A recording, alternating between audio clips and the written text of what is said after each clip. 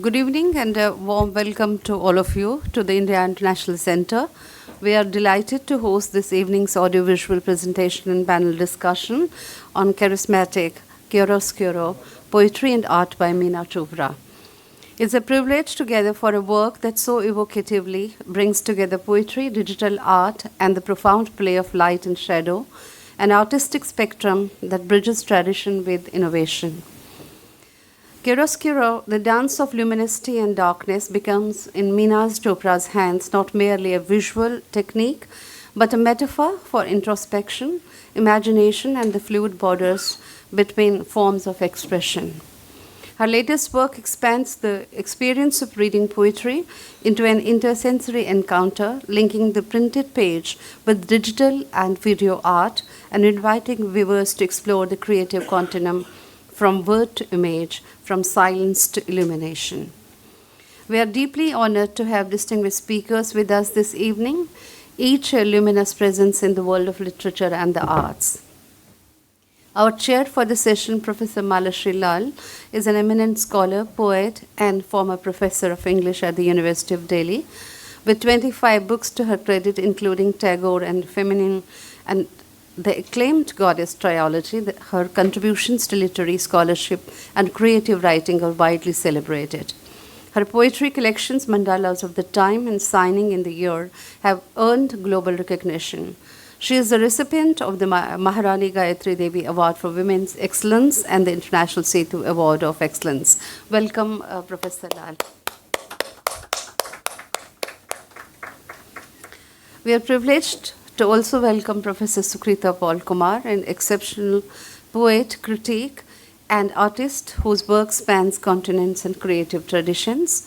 Born in Kenya and widely published, she has authored numerous poetry collections, including Yellows, Salt and Pepper, and Vanishing Worlds. A former fellow of IIAS Shimla, a poet in residence in Hong Kong, and an invited writer at the prestigious International Writing Program at Iowa, she brings unmatched insight into world poetry. She is a recipient of the Rabindranath Tagore Award for Literature 2023 and currently serves as guest editor of Indian Literature. Welcome, Professor Paul. We were supposed to be joined by Professor Sudeep Sen, and unfortunately he's not keeping well, so we will definitely miss him here. And of course, we are here to celebrate the creative vision of Miss Meena Chopra, poet, visual artist, curator, and filmmaker. Her work, presented in over 130 global exhibitions, crosses linguistic, cultural, and technological boundaries. Writing in English and Hindi, her poetry has been translated into several languages, and her artistic explorations have won her numerous accolades, including the Nalanda Award for Best Hindi Poet and the Mississauga Swick Recognition Award in Canada. Charismatic Chiaroscuro is her bold and innovative experiment in multimedia poetry, extending the poetic experience into a luminous visual universe. This evening promises to be a confluence of ideas, reflections, and artistic synergy, a space where poetry converses with light and where images breathe through words and where creative boundaries dissolve. Thank you once again for joining us. It is a pleasure to begin the proceedings and invite Ms. Meena Chopra to share her introductory remarks, followed by the audio-visual presentation. Over to you. I'm grateful to you all for being here and supporting my work. I can see a lot of friends, old friends, coming here from Canada, and I really thank you all. I thank Mala for being with me throughout while I was compiling this book. Thank you, Sukrita, for your wonderful tips, and of course, Sudeep, Ushaji, and ICCR for hosting this event, and all my friends. I will be very short and just talk to you a little about Charismatic Chiaroscuro. If there is time, then maybe I can read a couple of poems too. But before that, we'll go to the audiovisual show. Charismatic Chiaroscuro reflects my creative journey inspired by oil on canvas I created in 1988. Maybe Madhu Tandon may have seen that one, and maybe Seerath has also seen that work. This book brings together my poetry, digital art, and art videos, all intertwined with technology to offer you a unique interactive experience of my work. It delves in the shadow play of life we all encounter, capturing how light and shade interact in both visible and subtle ways. I started creating this work around 2021, just when the COVID was around. Tonight I offer you a few glimpses of that journey through an art video film. If time permits, of course, I'll read a couple of poems. Charismatic Chiaroscuro has a Harbinger edition called Shifting Silhouettes, which carries only the poetry part of it. For those who want to indulge just in reading. So it doesn't have the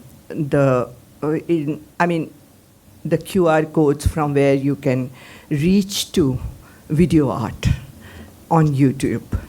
This project particularly has been sponsored by Mississauga Arts Council, Council's micro grant. It could not have been there if they had not provided money for this. So let's go to the film, and then maybe I'll read a couple of poems, and then our esteemed speakers can talk about the book.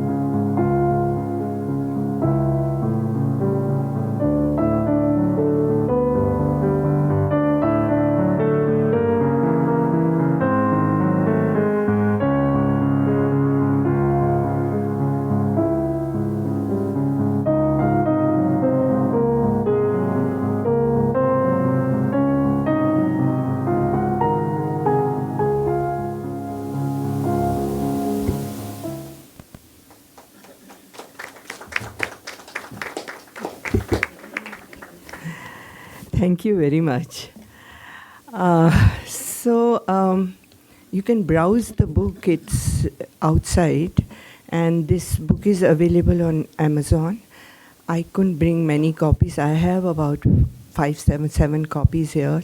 Somebody wants to buy it is for 1,500 rupees, or if somebody wants to review, it would be a gift.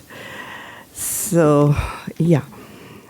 And this work was exhibited in 1988. You saw it in that, the original one, in Gallery Aurobindo, which used to be in Hoskas. And then from there it was sold. So that's, do you want me to read poems? I think we have time now. Yes.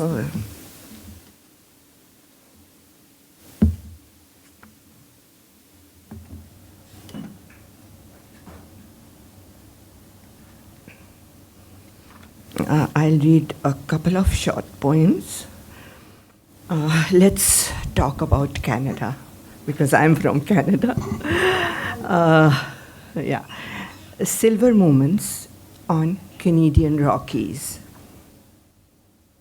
I inhale the mist rising from the glaciers where fog veils mountains beyond turquoise waters. Exhaling sultry dreams, relinquished, brewed in melting desires, on the shores of this stunning lake. My vision calm, drifting over the fading droplets, engulfed in the icy blue hues. I become a pebble, rippling along the velvety waters, crystal clear. Many rivulets flow through me, draped in silver grey, ascending into a stainless sky. Very nice. Thank you.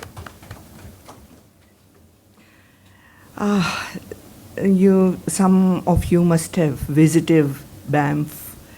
So this is that lake over there, Lake Louise. Let's go to Arizona. A mythical chronology, reminiscences ripple,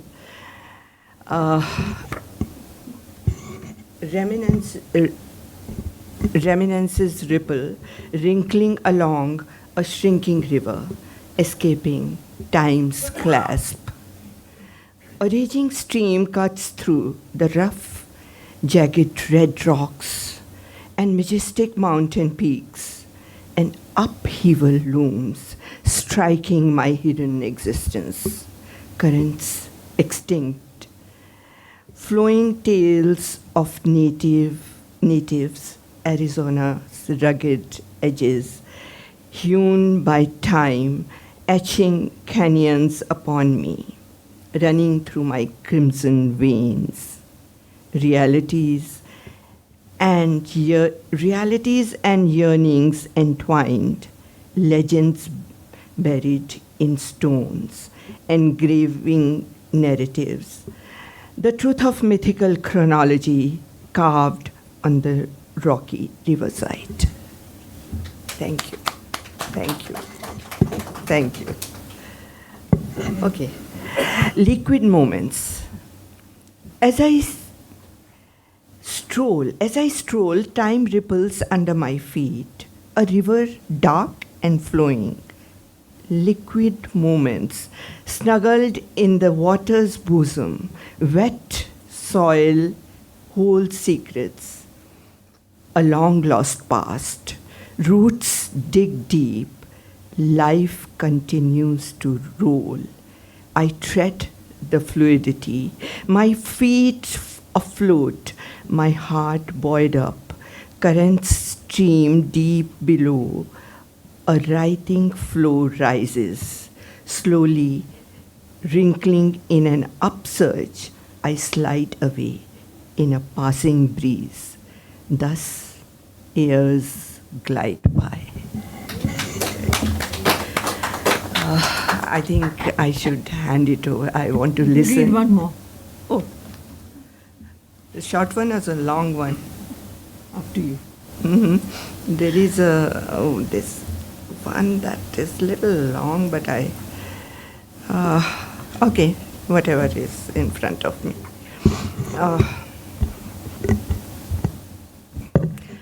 Colors of ages. Flavors of ancestral stories gently seep, seasoning me with many shades.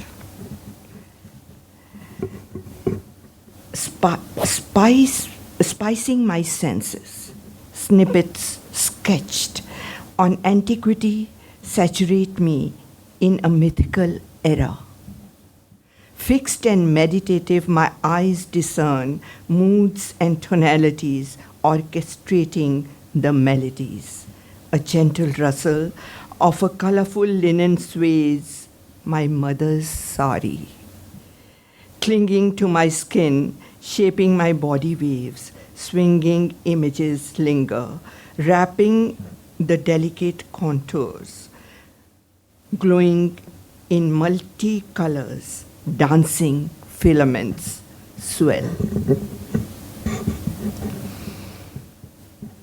A diatonic cocktail of visual sensations gushes out of me, steeped in the hymn of a far-off star. I dissolve into a muslin stain. I dissolve into the muslin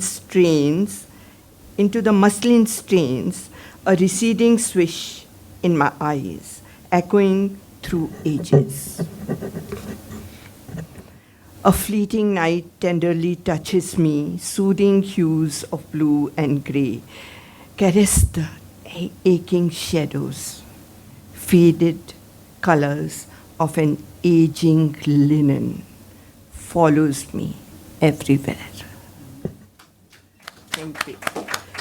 So these are the QR codes you can see, and you can go to the moving art. And I'm also creating a Kindle edition of this book because it has got a lot of art.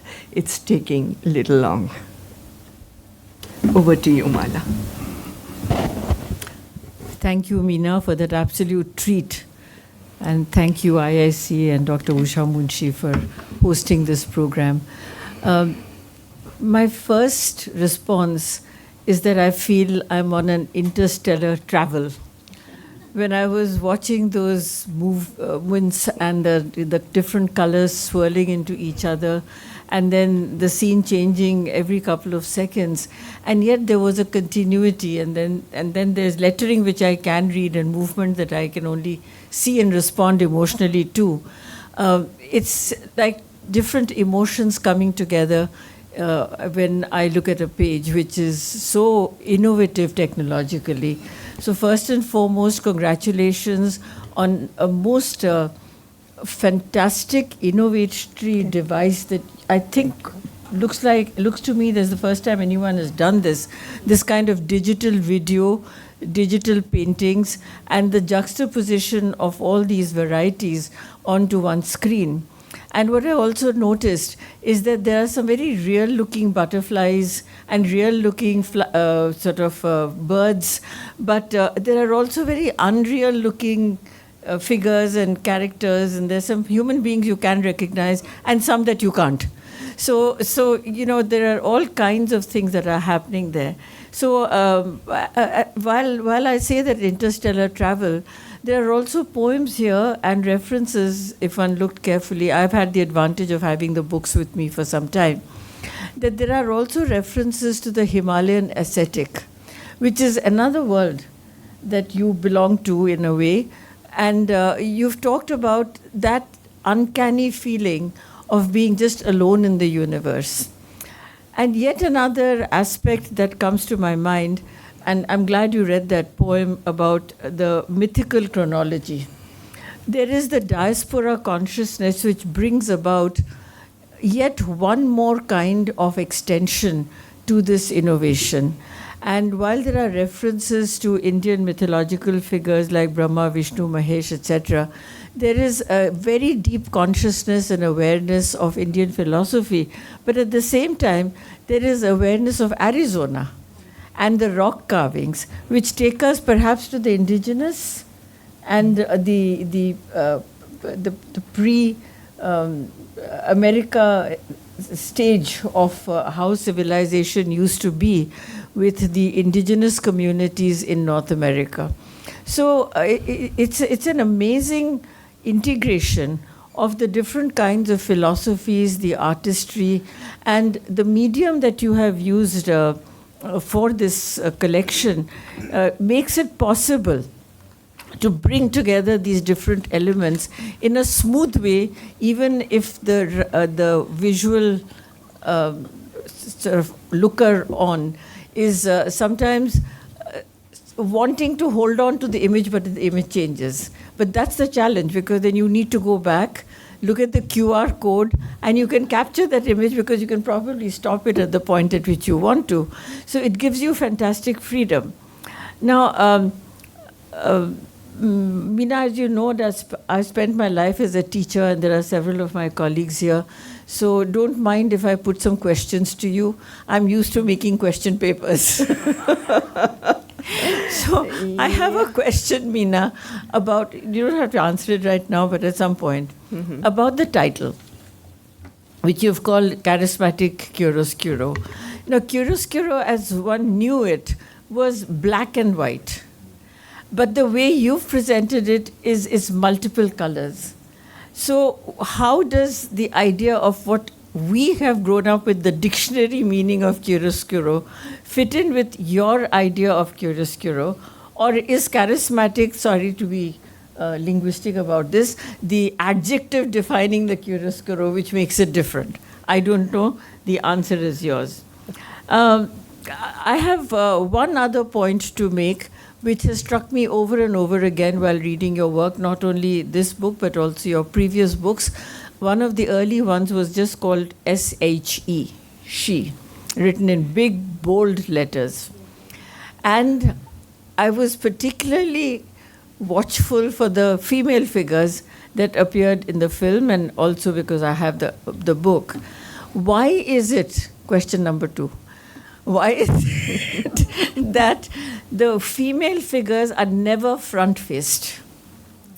They are always in very flowing lines, very liquid formations, and yet they're always back-faced or slightly side-faced. So is there any reason for it? I know that in your viewpoint and in your interviews that I have read, in your other poetry and that book, She, you're deeply interested in the idea of the singular woman, or one may call the unitary woman. So is the face never shown because you don't want that woman to be identified? Because the moment you define or identify a person, there are certain characteristics that you lump onto them. But if you leave the lines just unexplained and fluid, flowing, and the back, there's not much of a difference between one kind of a female flowing figure and another. It's the face which makes the difference. It's the expression which makes the difference. So is that deliberate, or why is it that that you tend to do this? Finally, I just want to thank you for the community of poets that you have acknowledged in your film and also otherwise, and in that last poem that I think Robi and I particularly want to express our gratitude. Alka is here, Sukrita is here, all of us who gathered together, Sangeeta is here, Mandira, that we gather together once in a while under a tree called the Pilkhan tree, and we read poetry to one another. And you've been gracious enough to include all of us in your poetic creation, because it is perhaps true that when you read poetry together and you read poetry in the making, and you get not even a feedback, you get just a response of whatever kind. It may be just a facial expression, it may just be a query afterwards over tea. It does help to think further about that poetry. So, so I won't give you any more questions right now. So, and you can do this afterwards. Sukrita, you want to go first? I'm not giving you any questions. I hope not. Otherwise, I will counter question. Okay.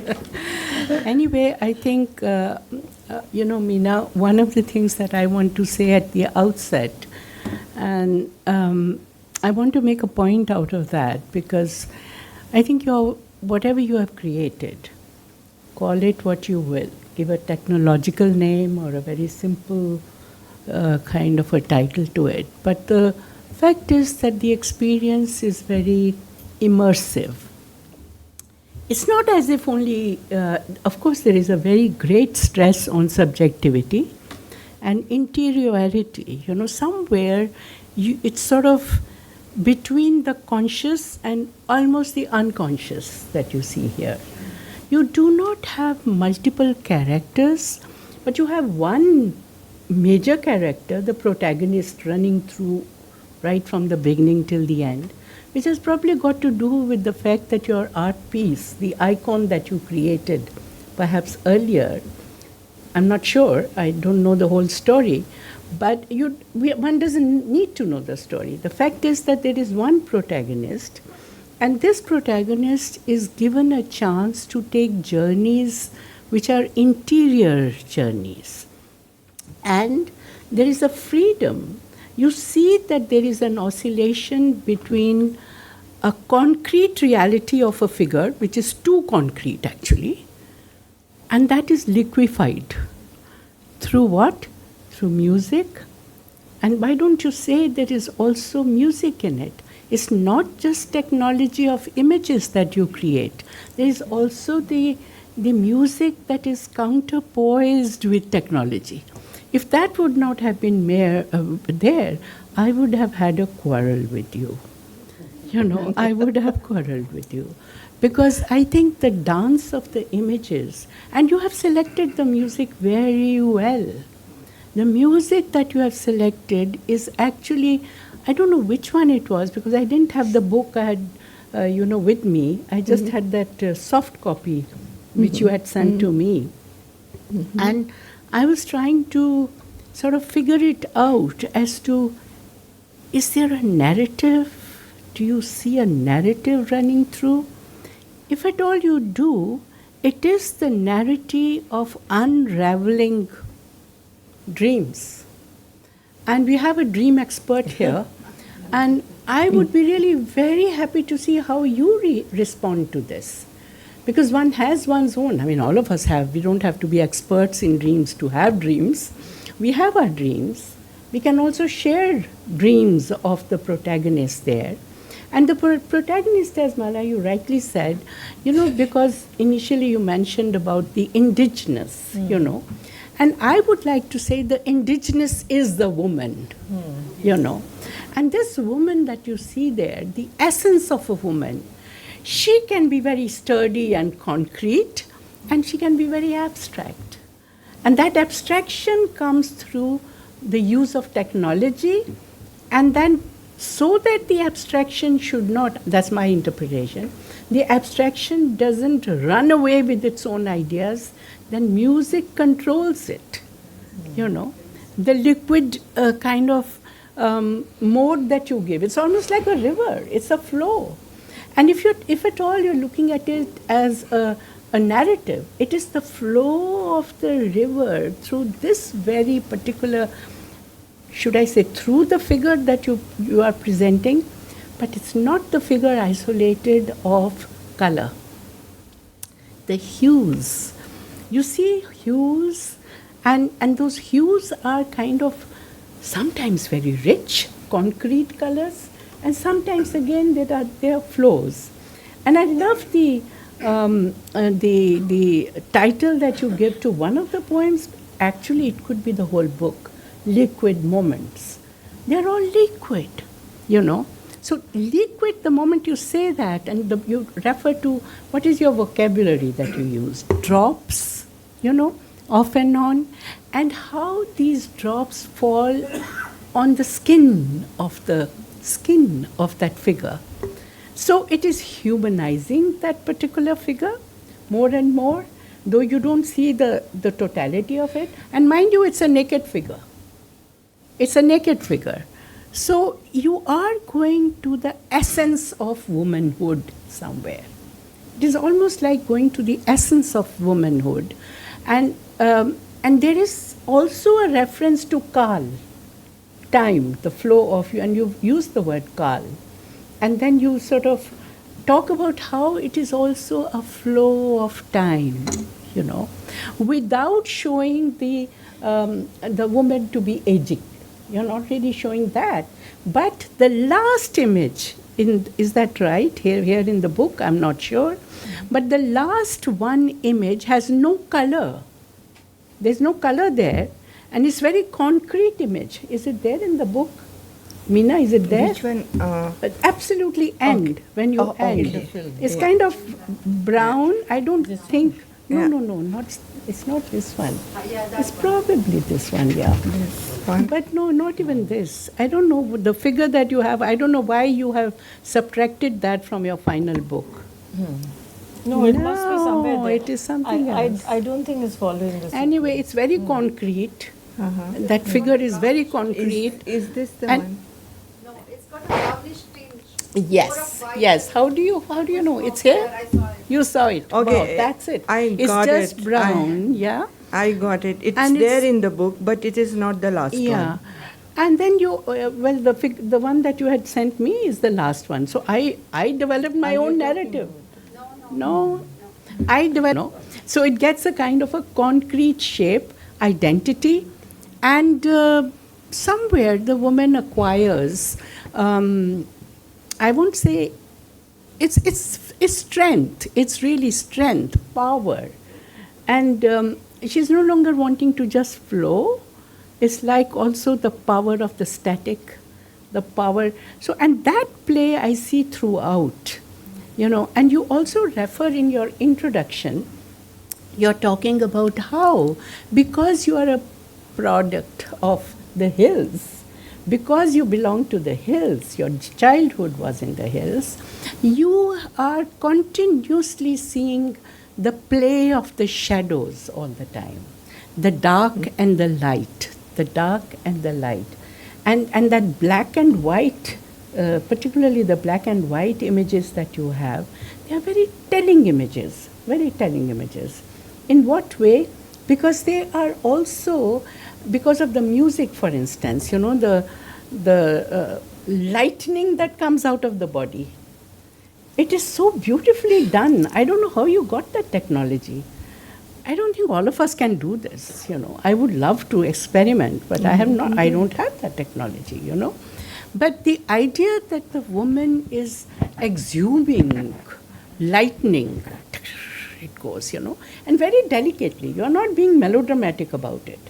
If you had been, then I wouldn't talk to you, right? But it's very, very subtly representing the vibrations that you know, throw open to the world. I mean, you are reaching out perhaps, or also keeping some people away. You don't want to reach out to everyone, so you're keeping some people away almost. It's lightning, or it is reaching out. So, and those are very beautiful feats of technology. Also, of course, in the technology of writing poetry, you know, if at all we want to use that word, even there, I think there is a very deliberate effort not to directly refer to the image. So each one exists on its own autonomy, in its own autonomy, the image and the poem. And yet, the fact that you bring them up together on one page would only be because they belong to the same mood, universe, mode, or however you want to put it. So there is a togetherness there, but it's not as if one is explaining the other. These are not subsidiary to each other, but they are together, like in their autonomies. So I think that is something that one appreciates. And ultimately, I think what I really enjoyed is the freedom of the movement. And this freedom, I think the way you have cultivated the freedom, you have constructed a freedom for them, right? That construction of freedom has a constraint about it. And what is that? That you don't want it to go wild. It has a tunnel to go through. And so there is, in one of the sketches, in one of the paintings, call it, or this artifact, you do have the image of a tunnel and the replication of the protagonist within that tunnel, which is also specifying the movement of that image. A very concrete image, but the movement of that within the tunnel. So it's not caged, but there's a tunnel with a little bit of light at the end. So it's going to reach to that particular point of light. So I think in this entire composition, there is a play that you're talking about of shadows. There is a play of a sense of enigma. It's enigmatic. All dreams, I'm going to make a drastic statement there with the expert sitting there. All dreams are enigmatic to me. There is a conscious level which memory may catch. There is an unconscious level, and there is probably a subliminal level. Absolutely subliminal, beyond the unconscious also. And by that I mean going to the indigenous vision of what is humankind or whatever. I won't even like to say mankind or womankind, So there are so many meanings, and that immersive experience, therefore, which is that of a woman's freedom in enjoying both the butterfly and the universe and the celestial bodies which are created all around her. You refer to them, stars and moons and all kinds of, planets all around. But on the one hand, that is concrete. On the other hand, there is a coming back to the next page again, that figure is there, right? So it's going beyond and then coming back. So I think the dance of the words, the dance of within the music, the drops that come in the form of maybe rain on the skin of that particular, I was going to say statue because it seems very concrete, but it liquefies. All in all, you leave the reader to come to her own interpretations, if at all you want to have interpretations. Maybe not. Maybe you just want to make it an experience. Just enjoy the experience. That is why I call it, and I want to stress on it, the immersiveness, It's the idea of immersing totally. Just as the artist may have immersed, the onlooker is also immersed. And therefore, we can have our own independent experiences, taking us maybe not to the tunnel, but maybe into a cave. Thank you. Thank you very much. Thank you, Mala. Thank you, Sukrita. So much for me to think about. Just a minute. Alka has my phone. I hope she's not. Okay, that's okay. I love the alertness.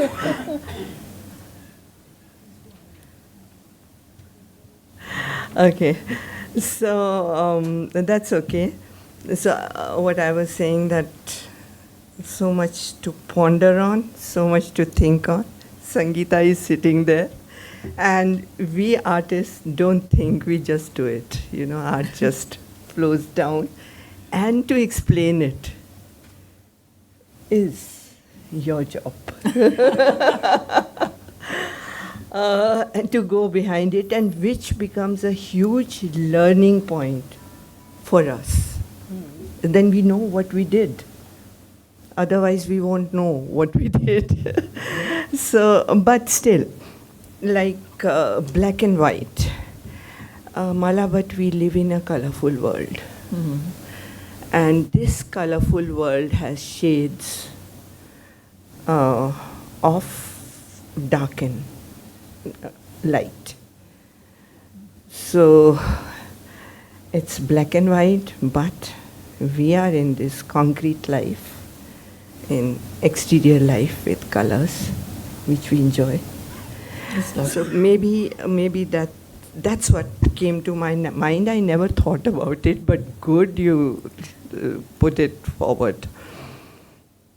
And what was your second question? Female figure doesn't have a face. It's hidden. I have also been thinking about it. Why didn't I make a face? And at that point when I was doing it, probably I felt that it was giving it more intensity. So probably that was the thing. It's also instinctive when you paint or create art. And yeah, about the pelican tree, I have to thank you, because pelican tree gives us a lot. Whenever I'm here for a short while, it has been like part of us all. So that was that, and probably if, Madhu could really explain about this light and shade thing much better than me, because she is deep into dreams, very deep into dreams. And would you like to say something, Madhu? Is there a mic? Wait, Madhu, I'm getting your mic.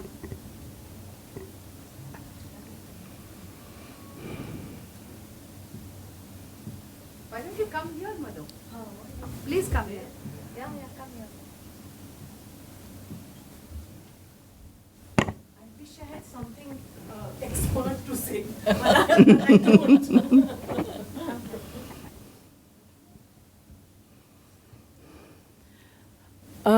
First, I'd like to ask you, Meena, what was in your thoughts when you started this series? Actually, what was motivating you? What was the circumstances which brought it about? Why did you do this? That is a question, but again, it's all instinctive. I just do it. And this particular figure, this particular artwork always fascinated me. I mean, it's with me. So I was playing around with it, and then images were coming. Then I'm interested in technology, so playing around with different packages, different things, and then the images were emerging. So I don't know. I would rather people like you tell me what was in my mind. I'll just tell you my kind of personal responses. This is not an analysis. This was just the mind working when I saw those images. There's definitely a form, a faceless form. And it is overlaid by a whole variety of images. So you can say it's the direct interface between the unconscious and the conscious. Conscious being form, and the unconscious being the images behind. It could be the interface between various realities. The concrete reality, the abstract reality, and the third reality, which is pure light. So we live in all these levels, and your paintings could be a depiction of all kinds of levels coming through in one piece of art. And it also struck me that is the woman the sense of I made into form and interacting with the non-I? Probably you're right, because it is the static figure there. And So everything else is going around it. yeah. So I just did it, There was no preconceived idea. You just pick up. Sukrita is a very instinctive artist. So I think you would probably know how it comes. No, you're right. I mean, it becomes very, very difficult to interpret. And I can understand your not confusion, because you say, well, I did it. It's a very affirmative kind of thing. But if you were to psychologically figure out, then you would only have to do it as an afterthought. Mm-hmm. It will not be while you are in the process of doing it. Mm-hmm. So some of us begin to think of it. I refuse to do it with my poetry, for instance. I don't even ask myself the question, how come I wrote this? Yeah. Why did I write this? I don't do that because I don't want to intellectualize it, and there is no definitive answer anyway. That's and true. I think you used that term somewhere about ambiguity. There's a phrase which is a That's very it. touching phrase. I'm trying to recall what was that. Something about the play of ambiguity. You know, it is ambiguous. Like life is ambiguous. A lot of things that happen. There isn't any point to be proved, or nor is it proved. It's a false thing when we make a point and then say at the end, QED, point proven. A lawyer might be able to do it. Poets can't. Artists can't. So, The question is there. No, it's not a question. I like to make observation. I'm there.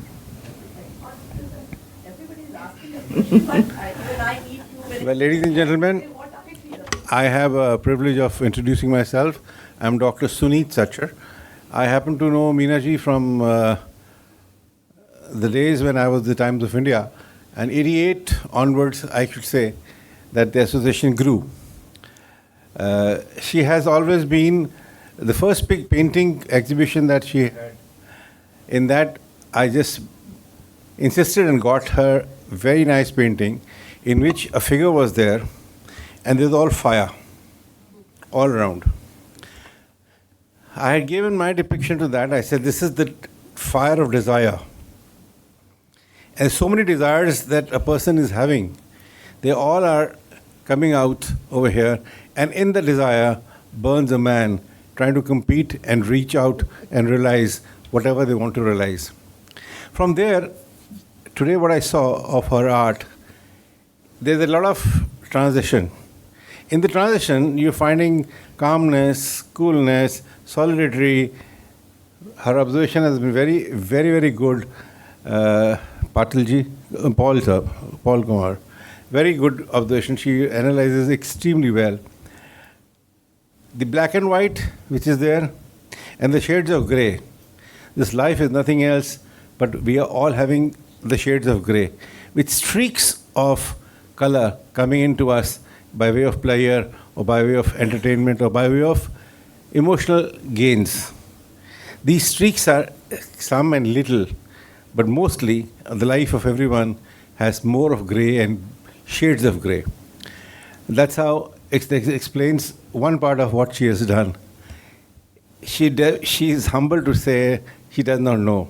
It's not that. It is very clear depiction. When it is coming out of so many colors and hues of colors, this explains the mind which is going behind it, which is talking of how a person is at the same time considering so many aspects of life and bringing it forth in form of colors. This can explain the multiple colors moving around the same figure. And why figure of a female? Well, yes, if we ask more emotions, more privileges, more, should I say, relationships are experienced by women than probably men. We do come through our share of relationships, but father or a son, that's what. When we talk of the ladies, it is wife, mother, sister, bhabi, bahu, and multiples. So instead of going to all the relationships by name, it's the multiple shades of multiple emotions which are just playing with anybody individually at the same given time. And that is what has probably come out in the art that she has revealed. Thank you. Thank you so much for very listening to me. Thank you. I think Sangeeta has a question. Yes, please. I don't have a question. I will say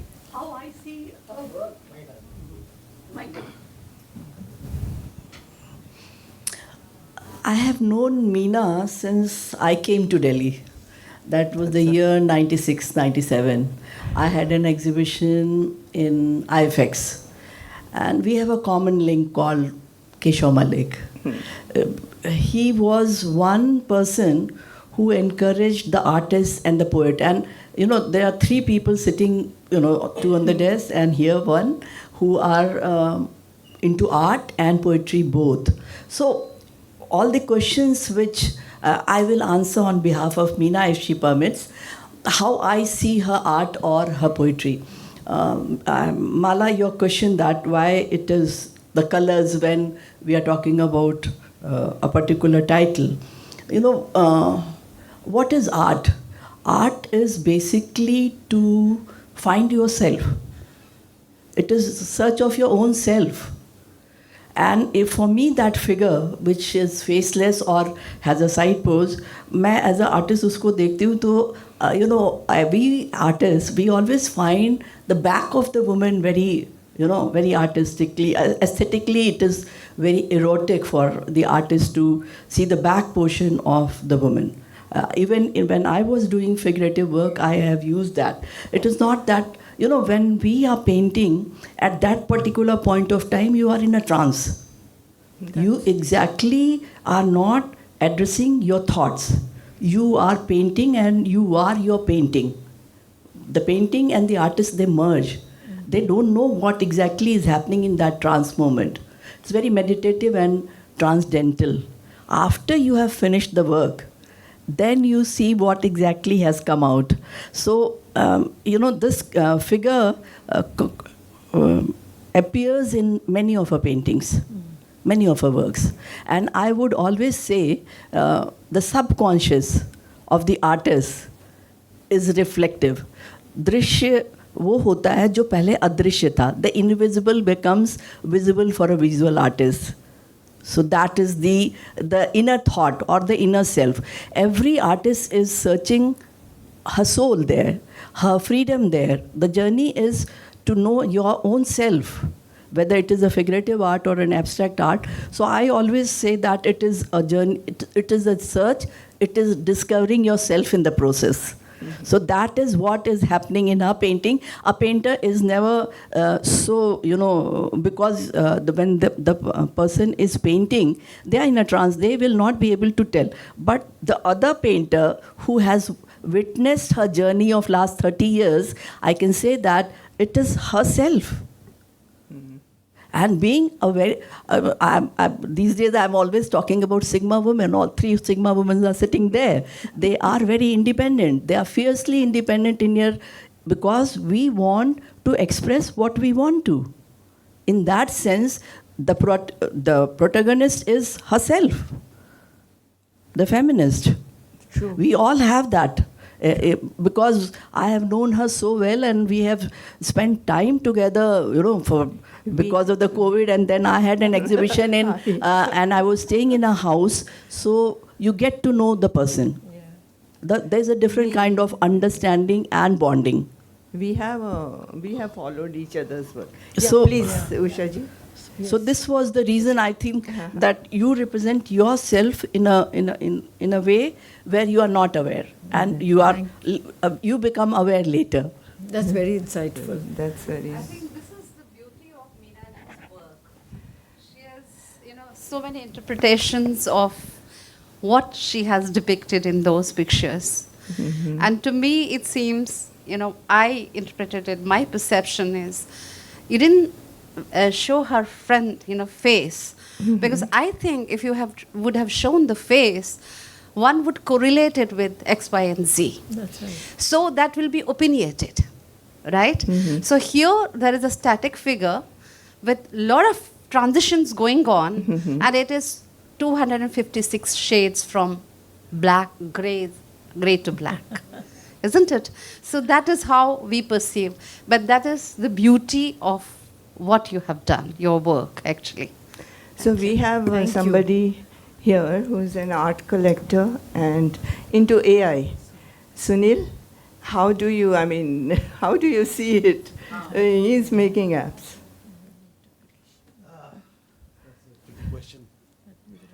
considering all you experts out here and No, but you have an eye for art. I have an eye for Powerful eye. No, frankly, I've been trying to. I was pretty mesmerized by what I saw. It did a lot of introspecting, I was trying to relate the image with the words and trying to fit them there.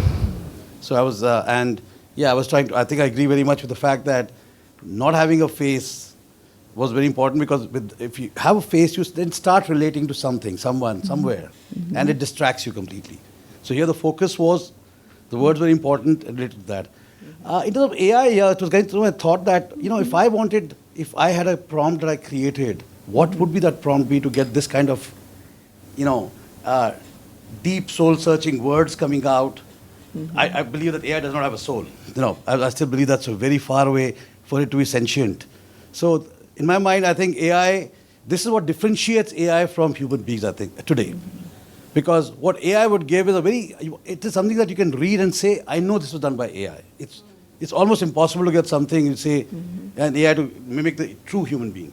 But it's actually worth a good exercise that I take some of your poems, create a prompt, as I call it, a multi-shot prompt, where I get AI to understand what is the kind of poems that a person like you creates, give it another thought, and say, now create one. Take a book from me. It would be fantastic to try that out, actually.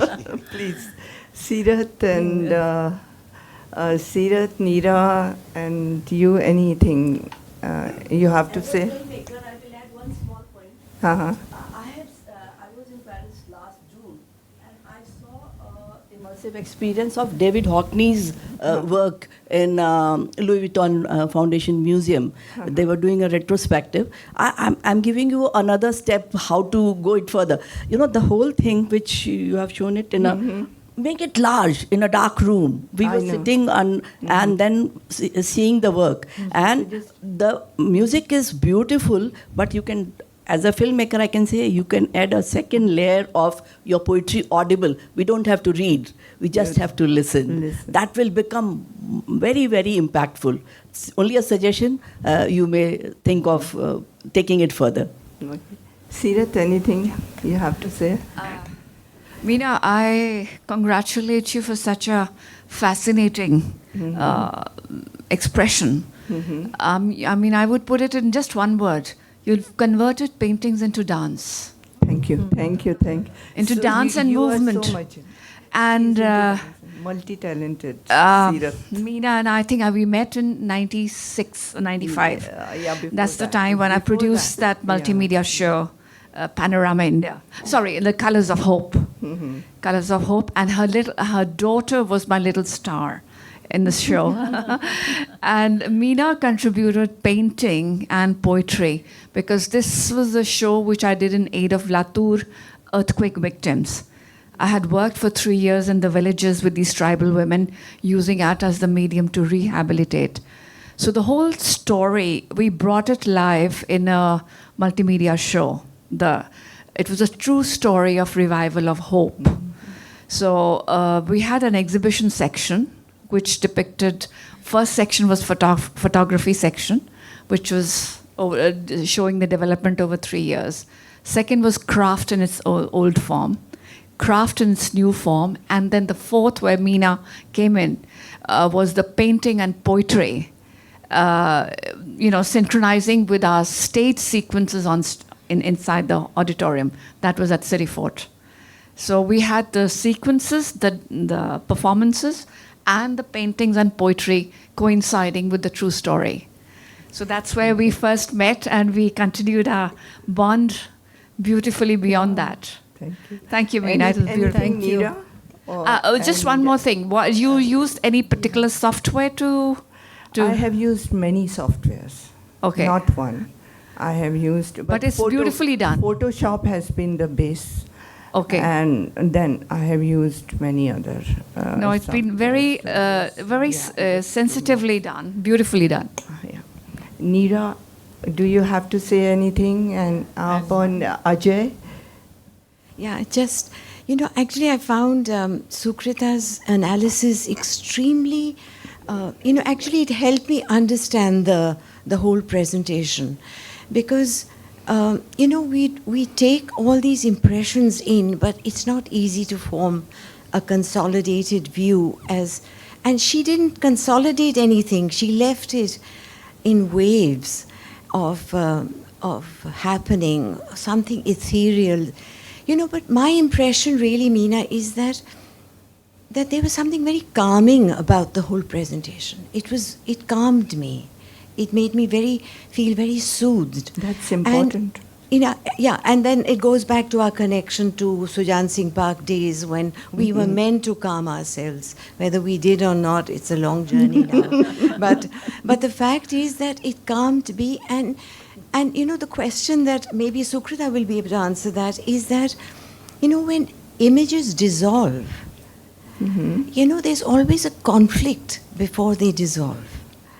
They never really dissolve without something seeing it through with conflict and with fire, as this gentleman said. But why did it all remain calm? I don't know. Because in the reformation also, one didn't feel the anxiety, the stress, or the conflict.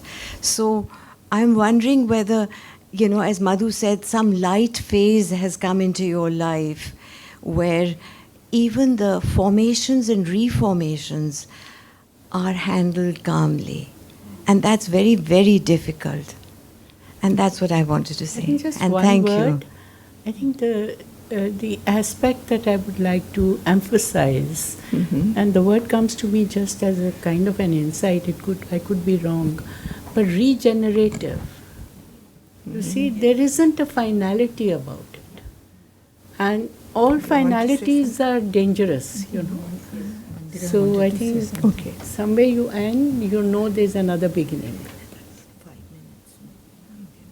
Mandira wants to say something. Mandira and वो भी कहना चाहते हैं, स्वाति भी कहना चाहते हैं. So, Meena ji, I've come all the way. I'm Swati.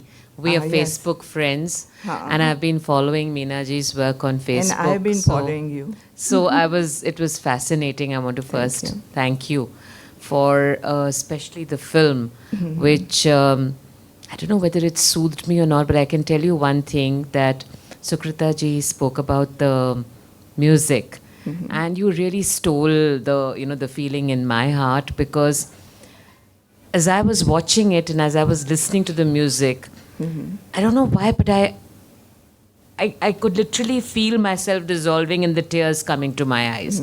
There was something that made me teary-eyed, not teary-eyed in a gut-wrenching kind of a way, but teary-eyed in a way that I can't explain. Somewhere I feel that it was quite a spiritual experience for me, watching the film. And though you say you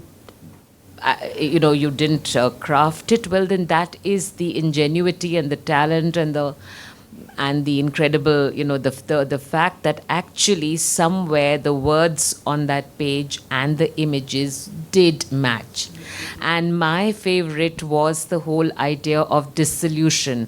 The fact that you said the liquid, the entire book could have been called Liquid Moments, because all of those images kept dissolving and reforming and dissolving and reforming. And isn't that what life is all about? Yeah, title for my next book. We're constantly dissolving, and we're constantly reforming. We're constantly reinventing ourselves, I think, every minute. And for me, this is what it was all about.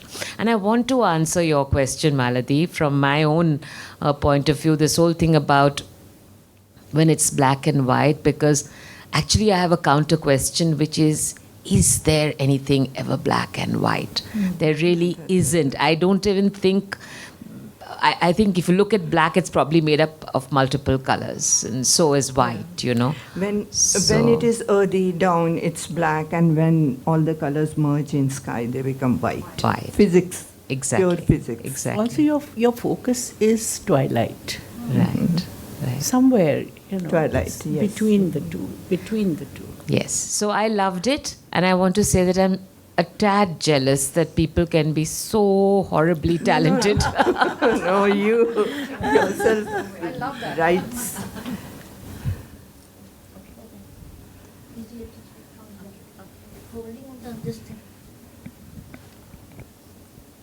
Hearty congratulations. Thank you, Mandira. My dear friend of 1995. Yes. When we first met at India International Center and Dr. H.K. Kaul introduced both of us.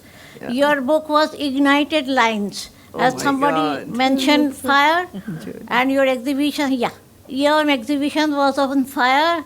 All the lamps were glittering into different colors as your figure in the canvas has different colors but merging into a single point.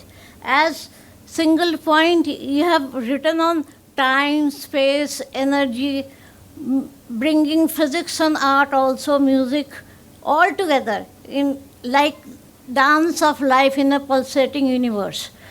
Dance of life in a pulsating universe is the term used by a poet on the different varieties of images dancing and coming to a single point. And as Usha said about the face, you're not bringing out the face, brings the universality.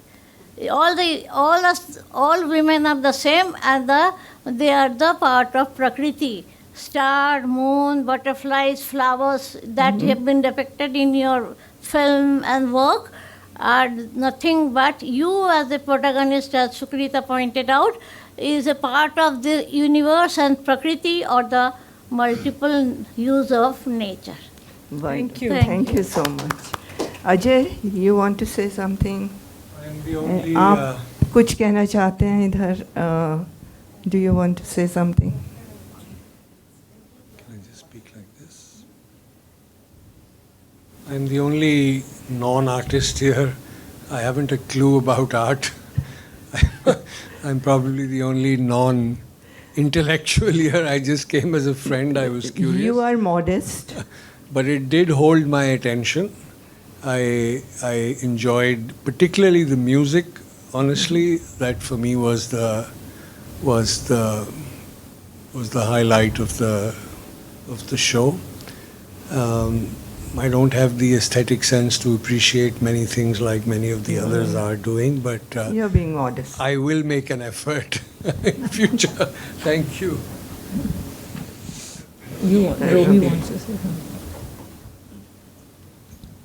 I'm Robi. For those who don't know, Malashi's husband. It's the other way around. But a couple of things.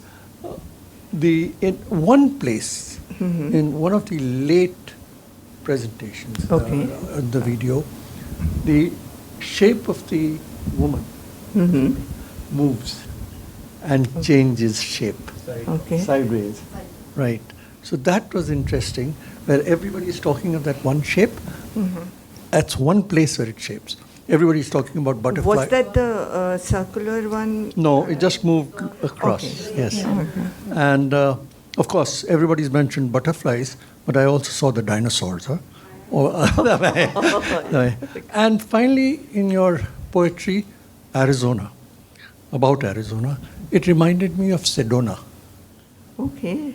Because that is, its shape, flowing shapes over time, and yet it's ultimately solidified and become rocks. Yes. And that made it very interesting. I wonder if, like Lake Louise in Banff, if you were inspired by anything in Arizona to talk about also.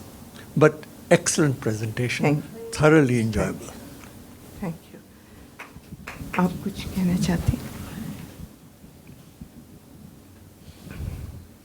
Good evening. And last night I made a blunder. I'm going to go to Canada, and I just called her last night, and I stayed awake. I slept in the daytime so that I could talk to her at midnight. No, that was okay. And thank God I did that blunder. Because of that, I'm here today. And I'm an educationist, basically. My name is Dr. Aradhana Gupta. I was teaching in Egypt early. I was heading the modern school art department in Delhi before retiring. And right now I'm writing for NCERT, the first art book which is going to come in the curriculum. So I'm an artist turned into educationist, and I got married because of her, by the way. She doesn't know the story. So her father and my father-in-law, Another blunder. No, her father and my father-in-law were like, they were together in Birla Vidya Mandir, Nainital, and my father-in-law later became the principal. And my husband used to write very well. He used to really write poetries, and he kept on saying that I'm an artist, so he kind of used to talk about her a lot, and those days we did not know how to connect. Her husband and I were very good friends. We have to bring it to an end. I think I'm getting so I just want to, So, I know you really, were there in coming. COVID when you did a program, and my students joined at 10 o'clock at night. So that is her power. Yes. That's what I want to say. I haven't seen the film. I can't say anything. Thank you so much for bringing all of them. Thank you. So we'll bring this evening to a close now. Thank you very much, Meena Chopra, for giving us this beautiful presentation and such a lovely discussion from all of you, wonderful audience. And we're all going back with a variety of thoughts in our mind, and that's the best way to, best thing about this kind of an evening of poetry, music, and art, and the new technology that's making it possible in so many ways. So thank you very much, everybody. And Meena, the very best to you. We look forward to your next book. Thank you. Thank you very much. Thank you to the chair.